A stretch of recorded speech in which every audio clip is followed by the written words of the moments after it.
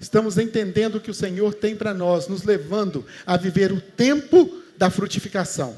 Muitas vezes, quando pensamos no ano do fruto, pensamos assim: eu vou colher muitos frutos. Não é isso que o Senhor nos convida. Ele diz assim, que Ele nos escolheu para darmos muito fruto. O nosso objetivo não é colher o que Deus tem para nós, mas saber o propósito que Ele tem para nos levantar como frutificadores, para que nós abençoemos o outro. Nós estamos agora, nas últimas semanas, estudando as bem-aventuranças. A palavra bem-aventurado aponta para felicidade. Felicidade, ser feliz. Seja feliz. Essa palavra é um pouco difícil de traduzir. Bem-aventurado pode ser traduzido como felicidade, mas não é uma tradução final, porque não aponta para uma felicidade momentânea, uma alegria que acontece e vai embora rapidinho. Essa felicidade que acontece a partir do entendimento das bem-aventuranças é uma felicidade apontada para a eternidade. O Senhor está nos convidando a uma felicidade eterna. E eu quero dizer a você que está aqui nessa noite, que o Senhor quer que você seja bem-aventurado. Amém? Seja bem-aventurado. Nós já trabalhamos até agora 6 bem-aventuranças e estamos agora entrando na 7ª, e domingo que vem terminamos com a 8ª bem-aventurança. E hoje nós vamos trabalhar a felicidade, ou seja feliz, aqueles que são pacificadores. O versículo de Mateus, capítulo 5, versículo 9, ele diz assim, leiam comigo.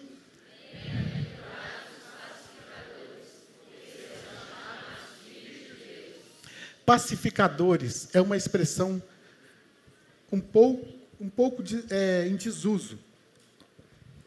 Não sei se um dia já foi usada, mas é interessante que você não é uma característica muito comum de você elogiar uma pessoa. Por exemplo, fala assim, fulano de tal, você conhece ele, como é que ele é? Aí a pessoa fala assim, ele é tímido, ele é alegre, é bacana. Ninguém fala assim, ele é um pacificador. Assim, eu acho que não fala, né? Não é uma característica assim muito elogiada, não é muito observada, né? Fulano é pacificador. Sei lá, acho que eu nunca vi ninguém falando que fulano é pacificador. É uma expressão assim pouco observada na sua importância, mas ela está incluída entre as 8 bem-aventuranças. Veja a importância disso. E eu quero te mostrar de uma outra forma a importância disso. Você já ouviu falar assim, fulano é fofoqueiro? E encrenqueiro? E fuxiqueiro? E melindroso? Né? A gente sabe o que é um não pacificador. É aquela pessoa que está sempre gerando problema. Então a gente critica a pessoa que é encrenqueira, mas a gente não elogia a pessoa que tem no seu coração o motivo de acabar com o problema, de reverter a encrenca em alegria, de reverter a situação. E a pacificação, ela é uma virtude elogiada por Jesus, ao ponto de ele dizer, bem-aventurados pacificadores, porque eles serão chamados filhos de Deus. Olha que coisa linda essa percepção de que o pacificador, ele é visto como um filho. Mas, pastor, como é que é essa história de ser um pacificador? Bem, a primeira coisa que eu quero que você perceba é que muitas vezes nós temos uma noção distorcida do que é de fato um pacificador. Sabe, quando você pensa nesse conceito, né, você talvez já tenha ouvido falar assim, fulano é da paz. Geralmente você está falando de um cara assim meio devagar. Não é assim? Fulano é da paz. É uma pessoa assim que, se está frio está bom, se está quente está bom, não reclama de nada. Alguém que aceita as coisas assim com uma passividade, assim, para mim meio irritante, sabe assim? Eu não sei para você, mas quem não é assim muito assim calminho, às vezes se irrita com alguém que é assim muito devagarzinho, devagar da conta, e assim você fala assim, não é isso que é ser um pacificador. Pacificador é alguém posicionado. E esse tipo de pessoa que eu estou criticando aqui, às vezes é exatamente o inverso, é alguém omisso, é alguém que não tem uma opinião, alguém que aceita qualquer sugestão como sendo aceitável. E o pacificador, ele não é essa pessoa omissa. O que a Bíblia fala sobre paz? A Bíblia fala mais de 400 referências a respeito da paz. É um assunto bastante importante. Para você ter uma ideia, a Bíblia fala mais de paz do que de louvor. Você tem uma ideia como a paz ela é importante no contexto bíblico. Agora, se você pensar assim de uma maneira mais generalizada, a humanidade definiria paz como uma espécie de ausência de guerra. Né? O que é paz? É não ter guerra.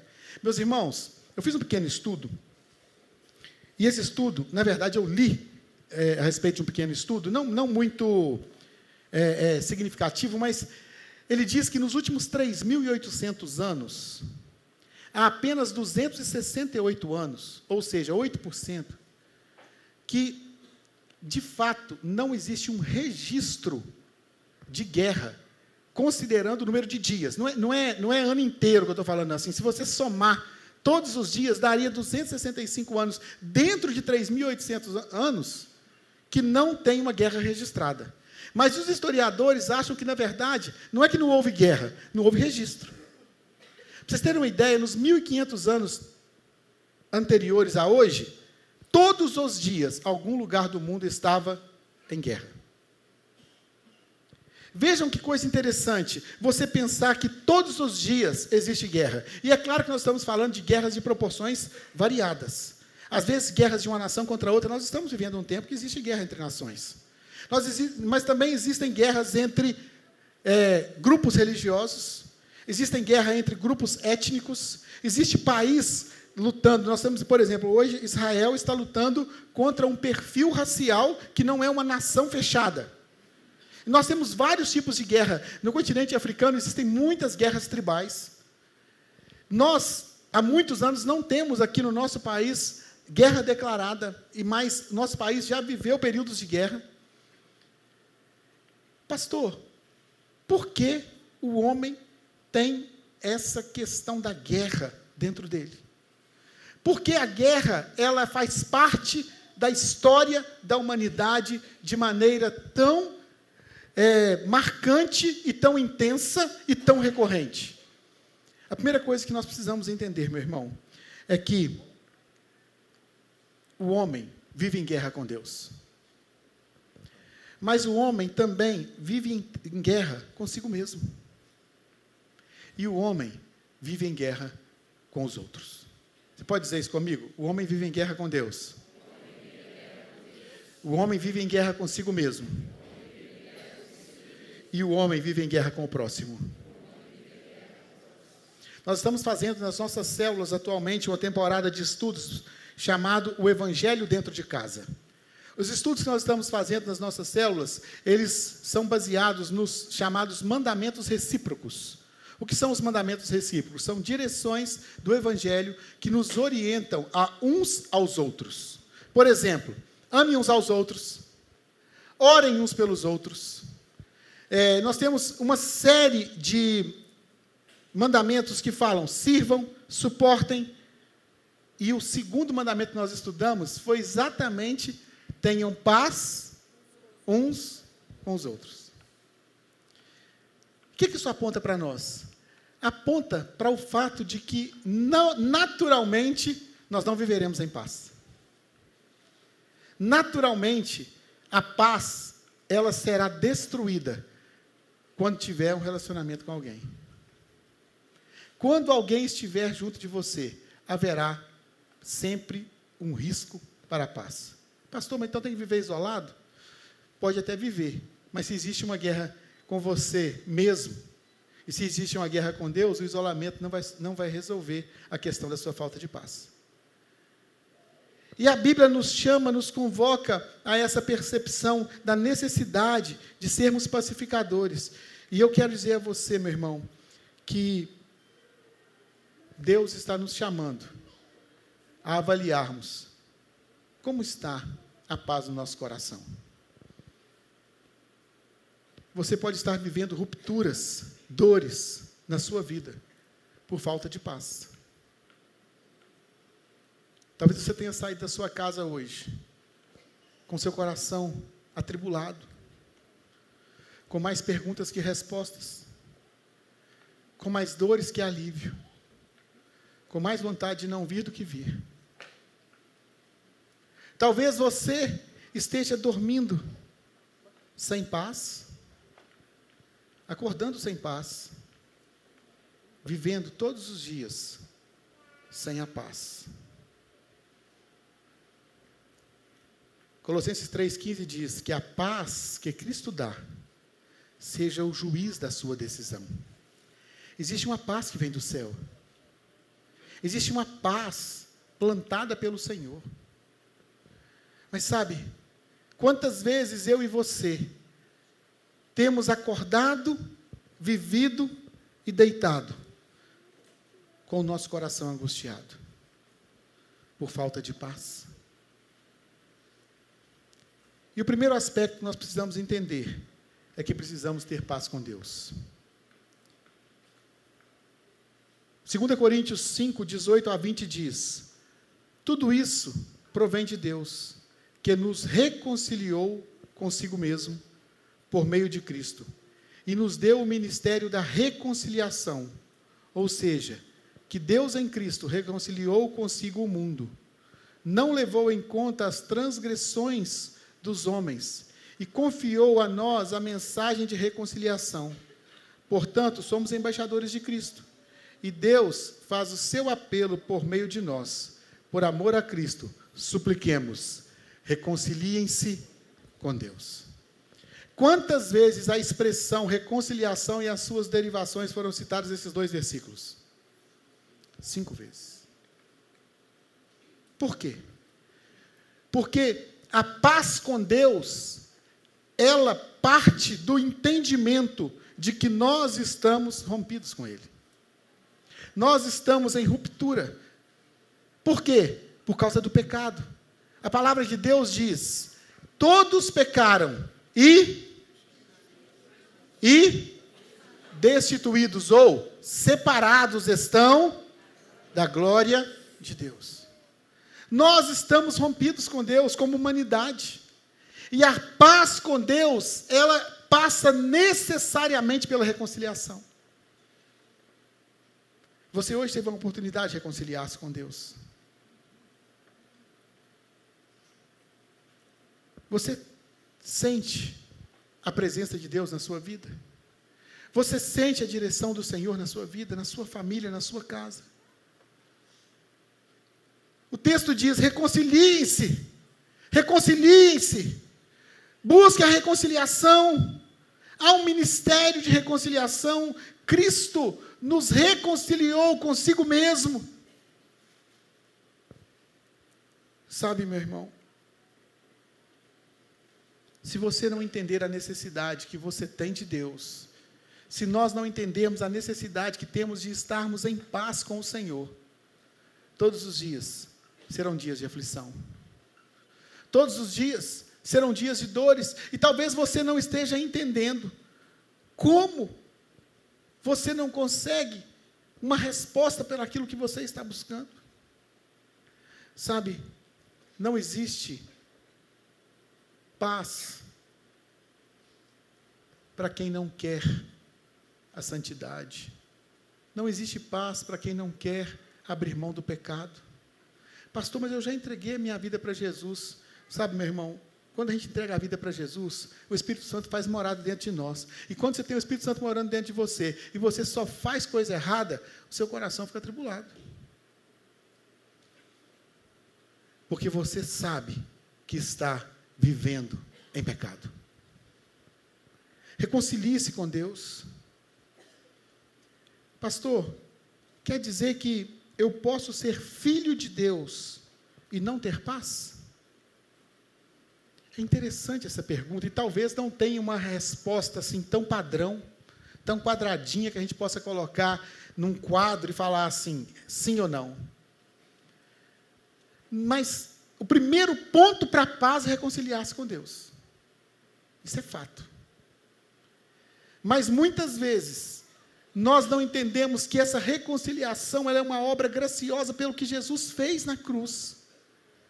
Porém, nós precisamos entender que essa paz que Deus traz para nós, ela vem com um incômodo pela vida de pecado. Pastor, mas se eu viver em santidade, eu vou viver numa paz plena? mais uma vez eu quero te dar uma resposta que talvez não encaixe em todos os modelos. Mas eu quero que você entenda uma coisa, meu irmão. Viver em paz não é viver aceitando qualquer coisa. Viver em paz é saber exatamente o que você quer e ter a tranquilidade de se posicionar, mesmo no ambiente contrário. A paz é a convicção de onde os seus pés estão firmados. Quando você abre a sua Bíblia em 2 Coríntios 5, 16 e 17, diz: o próprio Espírito testemunha ao nosso Espírito que somos filhos de Deus, e se somos filhos, também somos herdeiros de Deus, e co-herdeiros com Cristo. Se de fato sofremos com Ele, também com Ele seremos glorificados. Meu irmão, o sofrimento é garantido. Que é isso, pastor? Misericórdia. Mas é mesmo.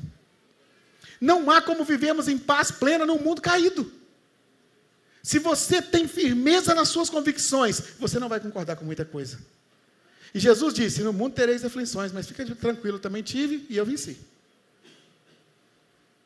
A paz não é a ausência de sofrimento ou de aflição. A paz é a convicção de que você está no caminho certo. Mesmo diante da dor. Mesmo diante da dificuldade. Nós precisamos entender isso, sabe por quê, meus irmãos? Porque a paz nunca foi sobre a falta de sofrimento na jornada, mas a certeza de uma vitória no destino.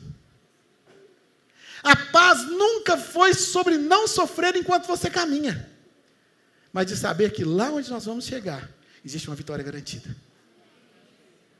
É sobre isso que nós estamos falando, meu irmão. Quantos de nós estamos vivendo, olhando para o agora, sofrendo pelo agora, porque não entendemos que existe um amanhã de vitória? O apóstolo Paulo fala assim: eu corro olhando para o chão. Não. Ele não corre olhando para o chão, ele corre olhando para o alvo. Para onde você está olhando? Para onde você está olhando? Para onde o seu coração aponta? Sabe,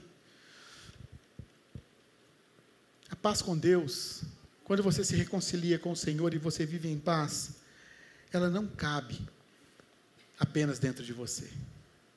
A paz com Deus, ela exala como um perfume. Talvez você conheça pessoas que quando você chega perto dela, só de você estar perto, você percebe a paz. Você percebe confiança. É o perfume suave.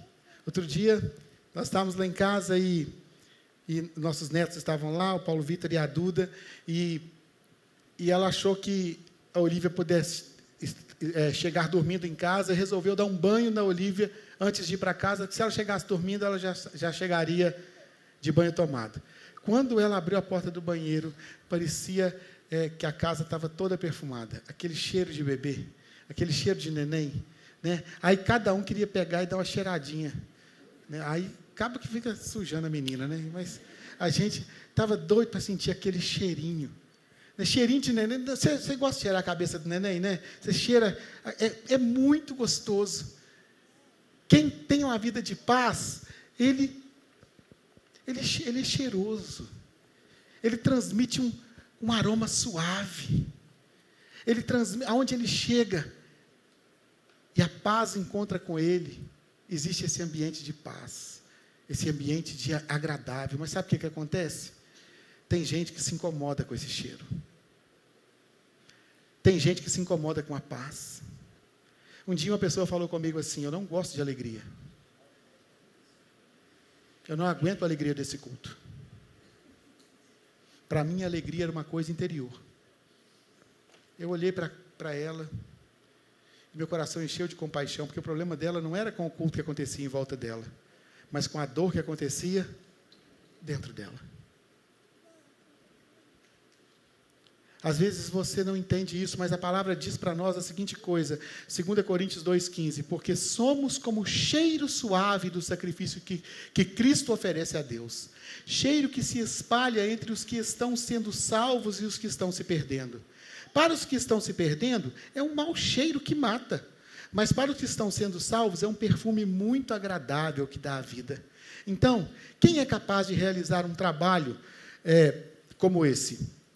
Nós não somos como muitas pessoas que entregam a mensagem de Deus como se estivessem fazendo um negócio qualquer. Pelo contrário, foi Deus quem nos enviou, e por isso anunciamos a sua mensagem com sinceridade na presença dEle, como mensageiros de Cristo.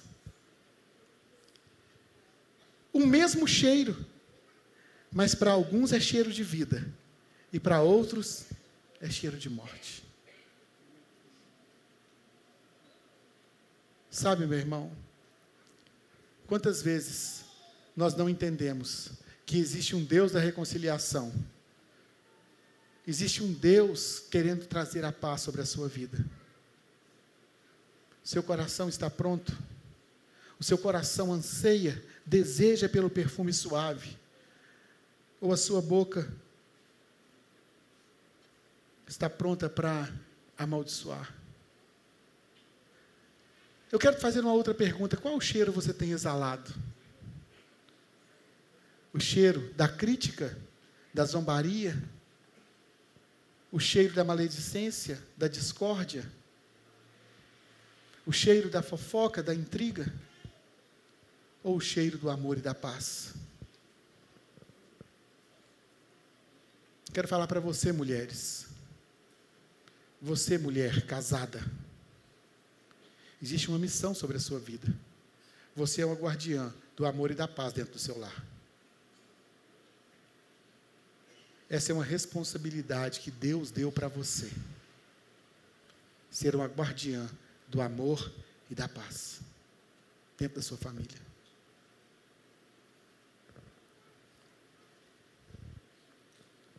Reconcilie-se com Deus, tenha paz com Deus. E a segunda coisa, tenha paz consigo mesmo. Tenha paz consigo mesmo. Sabe, meu irmão, o homem que não tem paz consigo mesmo, ele contamina o ambiente em volta de si. O ambiente em volta da pessoa sem paz, ele se torna caótico. Nós estamos vivendo um tempo de muitas crises conjugais. A nossa igreja é uma igreja batista, e nós adotamos o nome Igreja da Família. Alguém me perguntou assim: pastor, o que está acontecendo com essa igreja? Eu falei: por que, meu irmão? Tanto casal com problema na Igreja da Família, pastor. Eu falei assim: meu irmão, deixa eu te fazer uma pergunta. Se você tiver um problema de vista nos seus olhos, você vai no hospital de olhos ou no hospital do câncer? No hospital de olhos. Por quê, pastor? Eu falei assim: todo mundo que tem problema na família olha para aqui e fala assim: vou para a Igreja da Família.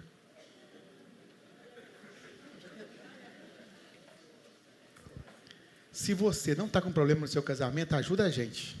Não vai embora, não. Vem ajudar a gente, porque aqui nós estamos lutando pelos casamentos, pelas famílias. Aqui nós estamos lutando para resgatar a sua família. Aqui nós lutamos todos os dias porque nós acreditamos que existe um Deus da reconciliação. Mas sabe, meu irmão, o grande problema da nossa luta é que nós estamos falando sobre paz consigo mesmo. Preste atenção. O grande problema dos casamentos não está no relacionamento. 99% dos casamentos não tem problema no relacionamento. Tem problema consigo mesmo. A pessoa tem uma dor interior, às vezes um dos dois, às vezes os dois, tem dores tão profundas no seu interior. E ele traz aquilo, às vezes, da infância, muitas vezes da infância, adolescência, no tempo de solteiro. E quando ele chega no casamento, aquela dor explode. E o pobre coitado do casamento é que paga o pato da dor que nem é do casamento. Aí você quer tratar o relacionamento que não tem nada para ser tratado. Mas você precisa tratar o coração adoecido. Sabe, a paz consigo é uma necessidade inerente do homem.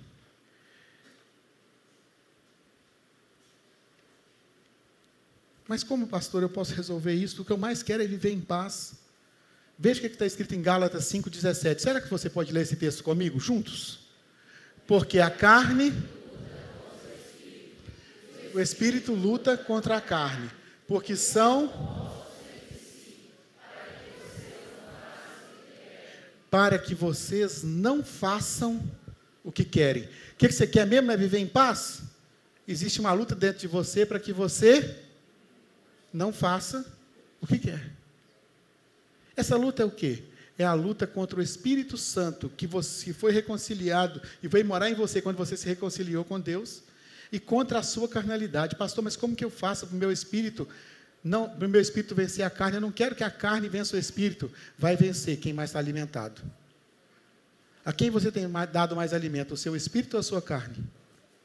A quem você tem dado mais atenção? Ao seu espírito ou à sua carne? A quem você tem dedicado mais tempo? Ao seu espírito ou à sua carne?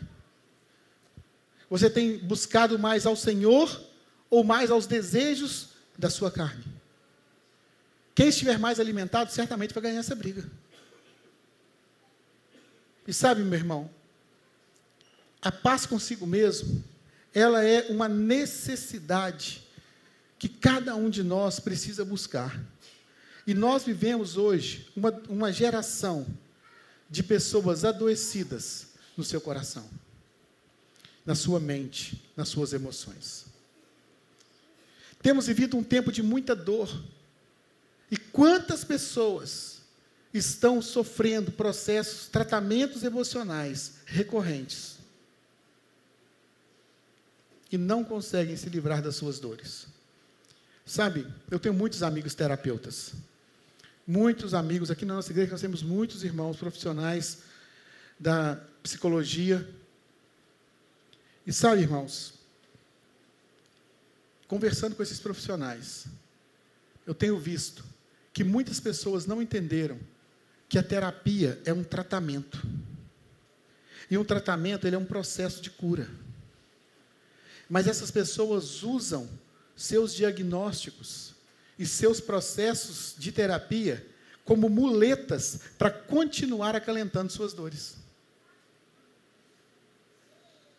Pastor, mas você não acredita na terapia? Não, claro que eu acredito, irmãos. Eu acabei de dizer que eu tenho muitos amigos terapeutas e que tem muitos terapeutas aqui na igreja aos quais eu confio. Mas a terapia não é uma maneira de você pegar o seu laudo e começar a falar com os outros assim: você tem que me aguentar, você tem que me tolerar, eu estou doente. Quantas pessoas estão usando uma muleta nas suas terapias, mas não querem tratar o seu coração? Eu vou contar uma história para vocês, um tanto quanto inacreditável, mas podem confiar. Eu sou pastor e eu parto do princípio que eu não minto, né, irmãos? Uma vez eu atendi uma senhora, 35 anos, sofrendo com uma doença emocional por causa de um abuso. E essa senhora sentou diante de mim dezenas de vezes, e nós orávamos juntos, e eu e Verônica conversávamos com ela. Nós cuidamos dela durante muito tempo. E um dia eu disse para ela: você precisa perdoar. E ela me disse: pastor, tem 35 anos, desde que eu tinha 5 anos de idade, que eu sofro com essa dor. Se eu perdoar, pastor, qual a razão eu tenho para continuar vivendo?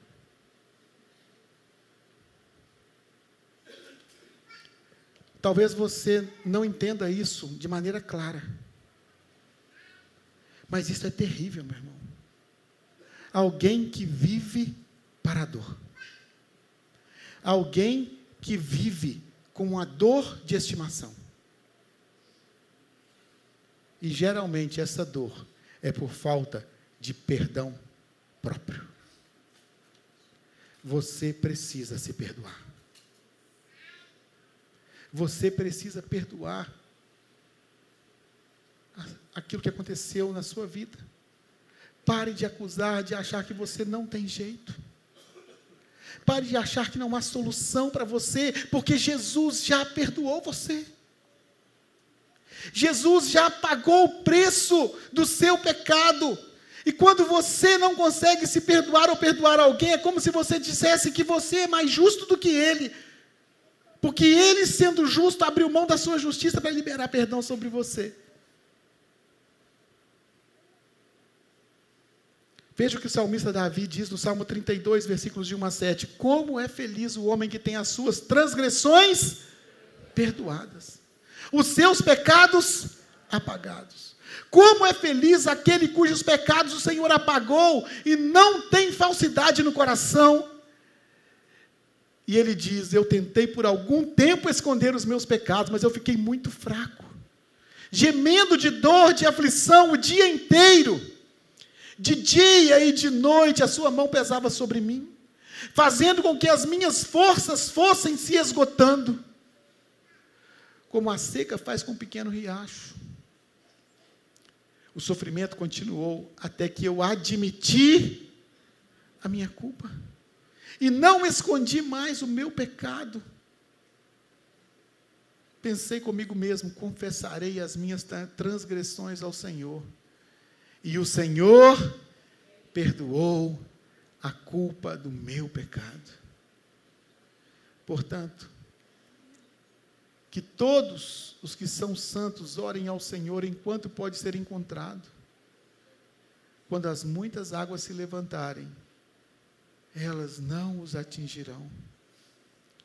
O Senhor é o meu lugar de segurança, o Senhor me livra da aflição e enche a minha vida de canções de vitória.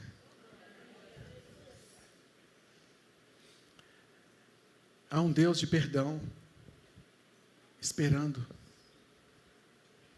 por você.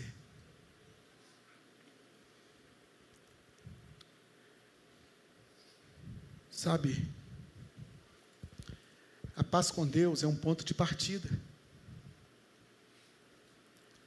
A paz consigo mesmo é um ponto de maturidade. E a paz com o outro é a consequência da paz com Deus e da paz consigo mesmo. Você precisa viver em paz, mas você também precisa se tornar um pacificador. Eu ouvi uma história de uma igreja e eu quando digo uma história, é uma fábula, de uma igreja que estava fazendo uma campanha para construir. E eles pegaram e fizeram umas mesinhas depois do culto, e cada pessoa foi vender uma coisa que fazia, gostosa, para arrecadar dinheiro. Né? Quem nunca, né? Quem nunca fez uma campanha assim da igreja para levantar fundos, para fazer as coisas? E sabe, tinha muitas mesinhas espalhadas por toda a rua, e num canto assim, tinha uma mesa com ninguém comprando, que era uma mesa de pão de queijo. E a senhora estava lá, vendendo pão de queijo. E tinha uma outra mesa no outro canto, que também não tinha ninguém comprando. Era uma mesa de doce de leite. É, né? Mineiro, coisa de mineiro. E aí, quando as outras mesas estavam cheias, chegou uma pessoa. Nós vamos chamá-lo aqui de um pacificador. E ele olhou para aquela mesa de pão de queijo e ele falou: não gosto tanto de pão de queijo, será por que ninguém está comprando? E ele chegou lá na senhora do pão de queijo e falou assim: tudo bem? Aí ela: bem. Estou vendo aqui a senhora vendendo pão de queijo. Pois é. E ele percebeu a amargura no coração daquela mulher. E ele falou assim: a venda está boa? E todas as mesas cheias, e a dela vazia, e a outra vazia. Ela falou assim: para os outros deve estar. Ele falou assim: pois é, eu gosto tanto de pão de queijo, eu estou vendo aqui que a sua mesa, as pessoas não estão comprando, e nem lá naquela do doce de leite. Ele falou assim: na minha eu não sei porquê, mas lá porque aquela mulher é insuportável.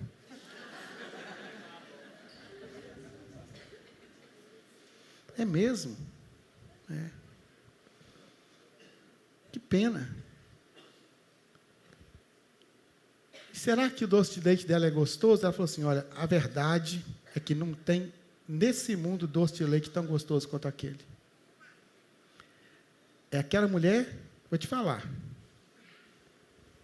insuportável, mas doce de leite ela sabe fazer. O pacificador foi para o outro lado. Chegou lá, na mesinha, e falou assim: tudo bem? A mulher: tudo bem. A senhora vende doce de leite, né? Parece, né?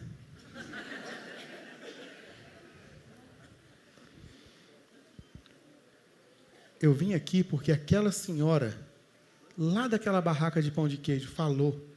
O que ela falou? Ela falou que não existe ninguém que faz um doce de leite tão gostoso quanto a senhora. É mesmo?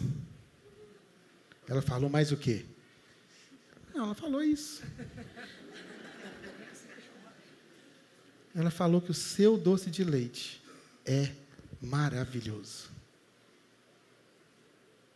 Assim, é bom mesmo. Como o pão de queijo que ela faz, o melhor que existe.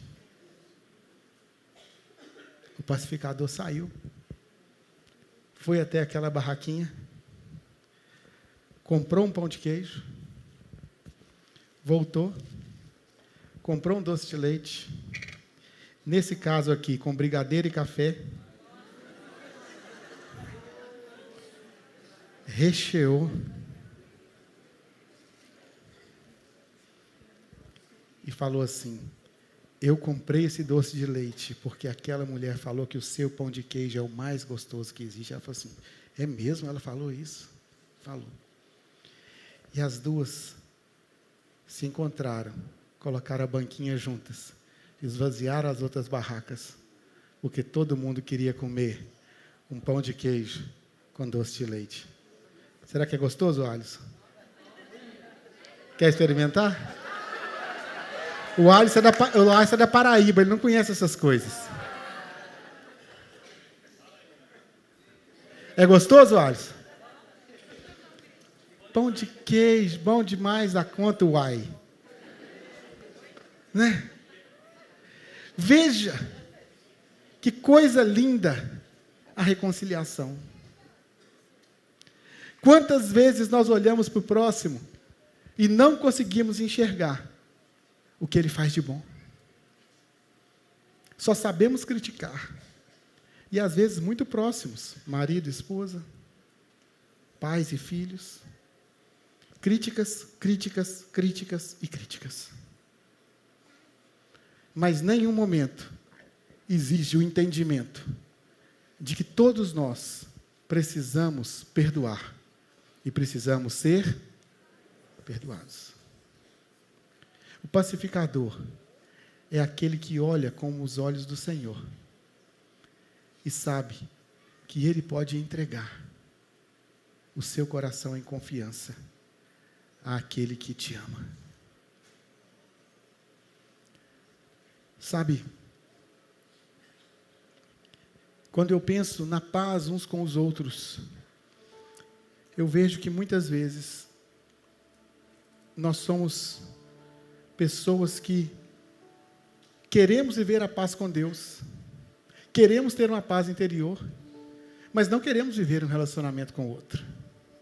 Veja o que a palavra diz para nós em 1 João 4, 20 e 21. Se alguém diz, eu te amo, Deus, mas odeia o seu irmão, é mentiroso. Pois ninguém pode amar a Deus que não vê, se não amar ao seu irmão que vê. O mandamento que Cristo nos deu é este: quem ama a Deus... A sugestão que Deus nos deu é essa, irmãos? Hein? É uma dica? É uma orientação? É o quê? Um mandamento. Ah, não, pastor, eu sou crente em casa.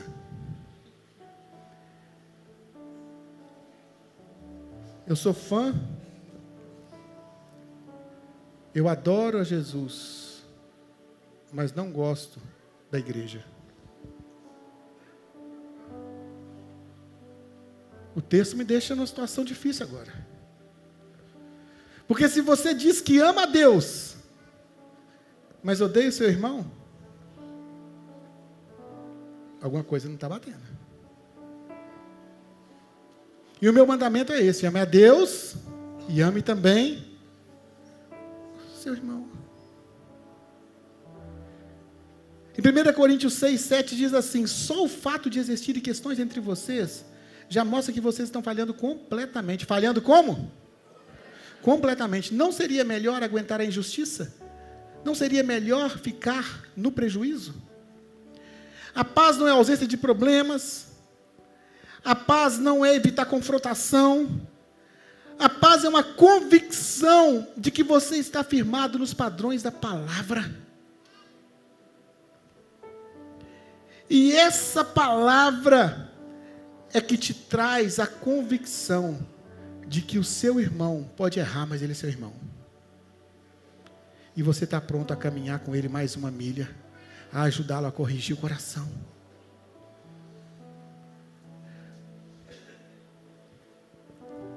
Uma casa sem paz é uma casa de dores, de sofrimento. Uma casa sem paz é uma casa de mentiras. Uma casa sem paz é uma casa de acusação, de medo. Como pode medo de um marido, uma esposa ter medo de um marido, os filhos terem medo de um pai?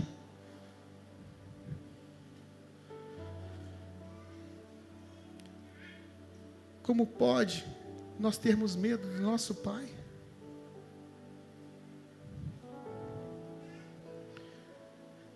Sabe,